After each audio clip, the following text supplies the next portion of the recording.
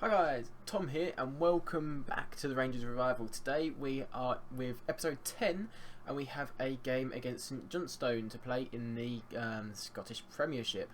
Now, you may be wondering why I'm showing you the scouting screen, and there is a reason for that. The reason being is I've set myself up a little bit of a scouting network with some scouts that I've signed or hired. Now, I have a little bit of a technique for this.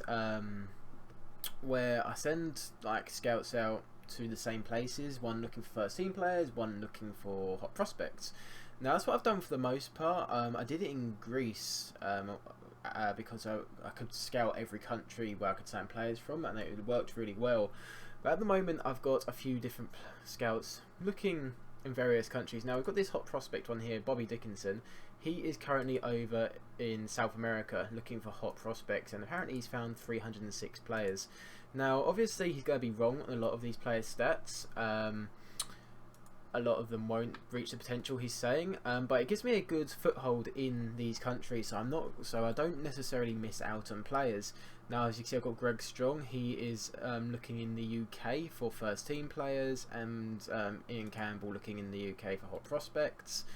I've got people in North Africa, Scandinavia, South Europe, Southern Africa and Eastern Europe looking for all sorts of players as well. So I feel like we're covering a decent proportion of the world now. We've only got 9 scouts, that's all we're allowed. But for a club our size, I feel like we've got our toes. We've got parts. We've got. I'm trying to figure out the wording. I cannot think what I'm trying to say. I'm thinking of some sort of metaphor, but I've just lost it completely. But we've got our eggs in many baskets. We'll have it that way. So we're expanding our knowledge of the world's players, which is nice to see. That we're pushing out a little bit, and so we'll find some players that we may not have found before. Now, in terms of the way we've been playing since the last episode, it's been a mixed bag. In the last episode, we drew 1-1 with Inverness thanks to that Barry Mackay late equaliser, and after that it got even better. One of our best performances of the season, to be honest. A 2-0 victory over Dundee United. Stephen Mallon got his first goal for the club, and Jason Cummings, should I say, got a goal. Put us 2-0 up in the driving seat. Unfortunately, Aaron Cool missed a penalty in the 67th minute, but as you can see, we're always in firm control of this game, and that was a good 2-0 victory. Unfortunately, next up was Inverness again, and they kind of got revenge. They scored a really late goal as well. Jordan Roberts getting the winner after we'd exchanged goals earlier on in the 89th minute, and that was really frustrating. 2 errors, as you can probably tell who from. One from Rob Kiernan and one from Tyler Blackett, and it was just. I was kind of relieved in a way because we had 2 injured players on the pitch, but I'm annoyed to go out of the League Cup. It was a competition I felt was winnable, but remember that statement later in terms of winnable competitions. But it lets us focus on the league. Next up was an away trip to Celtic. Once again they beat us, not quite as comprehensively as they did last year, but unfortunately Gideon Zelalem picked up an injury, as did Jordan Thompson after replacing Zelalem. They went 2-0 up pretty quickly, and I was fearful that they might come and just completely annihilate us. Thankfully that wasn't the case. We steadied the ship a little bit, but unfortunately we weren't able to get back into the game, and I'm still without a win against our old firm rivals. Next up, we got bounced back with a victory. We beat Kilmarnock 2-0, and Jason Cummings getting 2 late goals. It took a while for us to get the result, or to get the goal. I was fearful it might end up in a 0-0 draw. We'll drop points again, but Cummings stepped up to the plate and scored 2 in 4 minutes. Very happy with that one. And after our next result as well, a 1-0 victory over Hearts thanks to an Aaron Cole penalty, it's made the league table look very interesting. This is what I'm talking about in terms of winnable competitions. Now, we're a decent proportion into the season now, and we're not too far in. It's still early days, but the league is starting to take shape.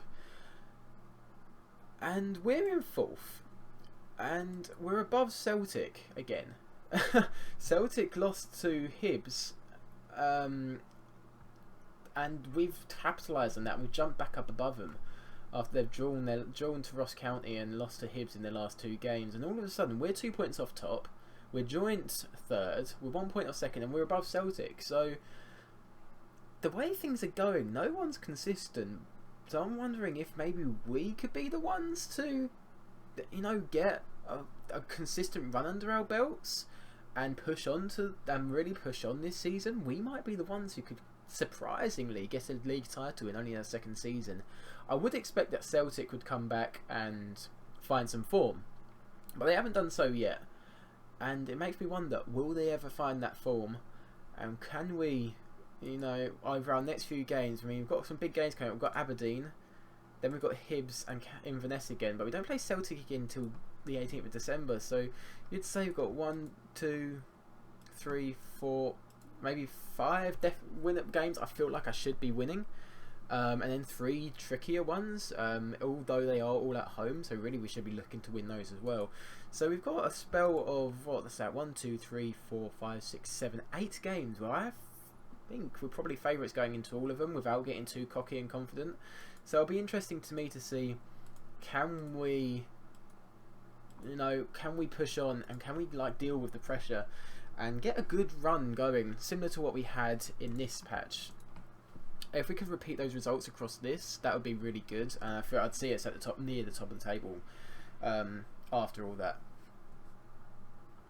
Especially with the fact that a lot of our injured players are coming back now. Elderson and Sibbald have been back in training for a day and 2 days respectively. They'll be on the bench today. Zelalem is out for a few more weeks, only 2 more weeks. Tavernier got injured, but he's only out for 11 more days. So we're getting all our good players back, and I feel like we've coped without them relatively well, which is nice to be able to say. So in terms of today's game, I'm going to switch up the team slightly. I'm going to take Halliday off, put Mackay back out onto the left, and bring Waghorn on as the winger. He's not ideal there, but beggars can't be choosers at the moment. Craig Sibbald's going to come onto the bench for Fraser Aird, and Elderson's going to come onto the bench to replace Tyler Blackett. Ideally, I'd like to give them both a little bit of football towards the end of this game to get their fitness levels up, and hopefully we can push on and get a result against St Johnstone, who are sitting in 8th. In terms of their recent form, league form, they've lost 2 of their last 3, 2 of them 3-0. So I'm just going to check what formations were being played here. Hamilton played a 4-2-3-1. What did Aberdeen play? This is Aberdeen, isn't it? Which one's Aberdeen? Oh, the home team. 4-1-2-1-2. So it's not really a pattern there, but they've lost both their last away games. Have lost 3-0. So I'm confident in the fact that we might be able to get something out of this if we play our best. So we're going to get the team sorted. That's the team I'm happy with. Got the greyed out goalkeeper on the bench again, just in case. And let's submit the team. Now I am going to make a change immediately, actually, thinking about it. Just to go off what Hamilton did to this lot, the way they lined up, not necessarily their formation, or not necessarily their instructions, but more so their formation. So I'm just going to do this immediately. We've done this in a couple of our last 2 games as well. It's moved Holt up to that advanced playmaker position. Even though he's not amazing there, he does a job. So I'm going to start like that, and we're going to leave our instructions the same, and we'll see how it goes. To our team talk, we owe St Johnstone. Come on, boys, let's get a really good team talk here. I feel like this game could be pivotal. I don't know why. It just seems like a really pivotal game. St Johnstone can't catch us with this, but if we win, I mean, it's got the potential. We could finish anywhere before we could be 5th after this game, or we could be 1st after this game. So who knows? But what we don't want to do is lose it. So Wilson's on the ball now into Taylor. Taylor into Kiernan, into Martin Waghorn, into Holt. In that advanced playmaker position, he's running with it. Play it out to Waghorn. No, into Mallon. Look for the run of Cummings, not Mackay. Oh, this could work out really well. Cummings! Oh, it's got in!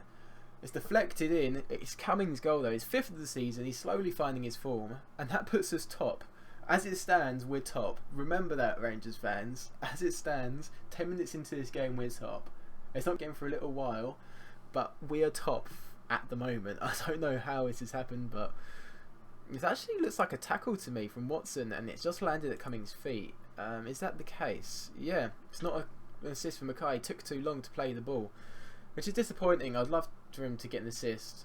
Now, I've switched this up as well. Hibernians are 2-0 up now, so we're no longer top. That ended. I'm using the St Johnstone, the opposition formation here. I've been watching a lot of second yellow cards videos, and he does it, and it struck me as something that's actually really clever. Because in the Hearts game, we weren't in it very much, and then I noticed the formation they were playing, and I adapted mine to suit because I switched this on, and it gave us control of the game, and we won that penalty, and we won the game.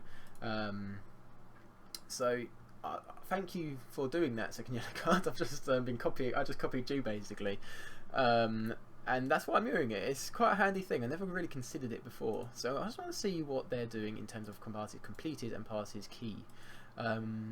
See if anyone's really pulling the strings. Jake Hesketh is on and closing down already, but Michael O'Halloran seems to be getting a lot of. Oh, actually, David Wotherspoon. I have seen him up in the top of the player stats as well, so maybe I should be focusing somewhat on him as well. So where is he playing? Midfield right. So I'm just going to close him down a little bit more as well. I'm going to leave everything else the same for us, because it's so far we're winning, which is what I want to see from us. So Taylor on the ball now. It's unlikely to be a chance here. There isn't. Okay. Right, Holt now. Can we break? That's not going to be a good... Oh, it's managed to get through to Cummings, but there's no one in support with him. Can he hold it up? Oh, he's done a great job. Oh, it's taken another deflection, but Cummings has done fantastic there. He's held the ball up. No one got up to support him, and he's just done it all on his own. By the time he's shot, only one other player is in the box, which is Waghorn, I think that is at the far post, but it's been deflected past the keeper by Anderson. It's 2-0. It's going very well. Now, I know it's early days, and we're only in October, but I'm thinking to January already, and someone I'd really like to sign based on our current formation is a defensive midfielder. Aaron Call's good, but I feel like he's more suited to this centre midfield role. So if we could get an out-and-out DM in, that would be great. I know a lot of you have recommended John Sutter. I've looked at him. He's a centre-back / defensive mid, so I could look at him as a potential option. But I don't want to commit to anyone yet. John Sutter would be nice though, because he's a Scottish player. And I'm also keeping tabs on Ryan Gould just to see if he becomes available for a loan, because I know he's another Scottish player who does become very good in this game. So how are we doing? 75 minutes gone. I'm going to make a couple more changes based on fitness. Lee Wallace is coming off for Elderson to get him some game time. And to be honest, I'm not sure what else to do. I want to make one more change anyway. We're going to chuck Barry Mackay in the middle instead of Jason Holt. And we're going to bring on Mullin for his first game of the season. Just to get his fitness levels up. I feel like we shouldn't be surrendering our lead from this game now. We're actually down to third now because Aberdeen are winning. So they're above us on goals. I think they're above us on goals scores, if I remember correctly. But it has pushed us into the top 3 this victory, which is very nice indeed. The first time we've been there all season, I think. And there we go, 92nd minute. Cole Whoops in the corner. Can we get a hat-trick for Cummings? No. Mackay? Nope. 2-0 though. My first win of the season live on camera, which I'm very pleased about. So thank you, lads, for that. A good performance to go with it. And things are looking up for Rangers. Yes, we're in a continental qualification spot. I'm well aware of that. And after 11 games, we are in 3rd place. Only 1 point off 5th though. But it looks like the top 5 are going to start to run away with this league. But what has happened to Celtic? I know it's early days and only 2 points off top. But it's interesting. It's very interesting. I feel like if we can capitalise on their poor form now, we might be able to get ourselves out of sight before they really realise what's happened. But we'll have to play it and see how we go. Okay, so yeah, very good result, and here is confirmation rather of where that leaves us in the league table. Aberdeen are above us on goal difference. They've got 3 better goal difference than us, but we've actually conceded the least goals in the league this season, which I did not realise. It's just if we could score a few more, I think we'd be a really deadly side. So we need to work on that, I guess. But I'm happy with the way things are going. I'm sure a lot of the Rangers fans watching my videos are. Thank you for all the comments on the last episode, by the way. I think I had 10 comments by the time of recording. That's really good, so thank you for that. I haven't replied to any, but I've read every single one. I make notes based on comments of what you guys want. Although I might not do everything you want, I do know what kind of direction you want me to take this in. So thanks for all the comments. Keep them coming. I read every single one, and as I said, I don't even know where my notebook's gone. I write a lot of... Oh, that's empty page. I write a lot of notes.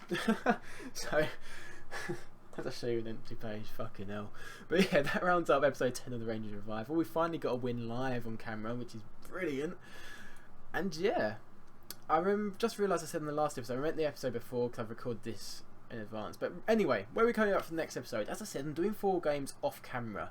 And then I'm coming back, just because this is an interesting season, I feel like I want to cover the whole of it rather than just the beginning and the end. So we're going to see a lot of the middle of it. So 4 games you're going to be recapping on in the next episode is Aberdeen at home, Dundee away, Hamilton away, and Hibernian at home. And then you'll join us again live for Inverness Caledonian Thistle at Ibrox on the 7th of December 2016. So yes, I hope you enjoyed today's episode of the Rangers Revival. If you did, hit that like button, it means a lot. And if you're new to the channel, hit subscribe for more Rangers Revival, more player guides and lots more great content from this channel, I hope. So yep, thanks for watching and I'll catch you all next time. Ta-ra.